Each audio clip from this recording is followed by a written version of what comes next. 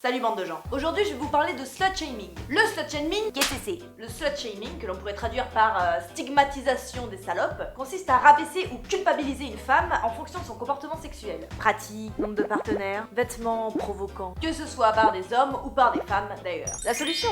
Au pire tu fermes ta gueule et tu te concentres sur ton propre cul parce qu'il y a déjà beaucoup de manières à exploiter et tu me lâches de manière immédiate et inconditionnelle comme l'est ta stupidité car je fais ce que je veux de mon cul.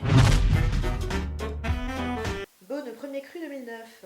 Ok, c'est un peu plus compliqué que ça. Nous sommes dans une culture qui considère les femmes sexuellement actives comme des salopes. Bon là vous me direz, oui mais bon est-ce que ça presse, c'est dégueulasse. Bon au pire, elle fait ce qu'elle veut hein. Là à la limite on peut comprendre si les commentaires s'excitaient vis-à-vis de sa tentative d'évasion après l'acte. Mais le problème c'est que les commentaires portent sur l'acte lui-même. Ça t'apprendra à coucher avec des gens que tu connais pas. Bon, lève pas les fautes hein. Mais en quoi c'est mal? C'est répugnant. Et un commentaire. Le respect de soi, c'est ça qui est mal.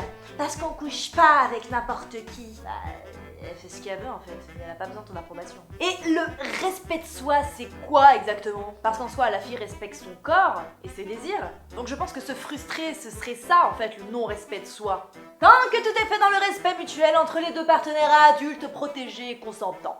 Et la notion de bien et de mal est relative. Toi, tu trouves ça mal qu'une femme couche avec un mec qu'elle connaît pas depuis des mois, tandis que moi, non. Et moi, je trouve ça mal qu'on vienne juger des femmes dans le simple but de dire « Regardez-moi, moi je me respecte, c'est une pute, moi je me respecte, je suis mieux. » Tout en postant des commentaires moralisateurs. Tandis que toi, non. On couche pas avec n'importe qui. Qui a dit ça? À partir de quoi on juge qu'une personne est n'importe qui? C'est qui on? Si juste les femmes ou les hommes sont compris dedans? Parce que la plupart des hommes ont le droit de coucher avec le plus de partenaires possible, tandis que les femmes ne doivent pas trop en montrer, être discrètes, se réserver pour leur futur homme. Et si elles ont le malheur de vouloir un peu séduire? Oui, parce qu'une femme qui séduit un homme mais qui ne couche pas avec lui, c'est une allumeuse. Mais une femme qui séduit un homme et qui couche avec, c'est une pute. Wouh! Mais on va où là? Parce que le slut shaming fait malheureusement des victimes. Une jeune fille américaine de 13 ans s'est suicidée après s'être faite harceler et insultée par ses gentils camarades respectables. 13 ans. À cause d'une mauvaise réputation. Car plus une fille a de partenaire, plus elle est considérée comme une fille facile.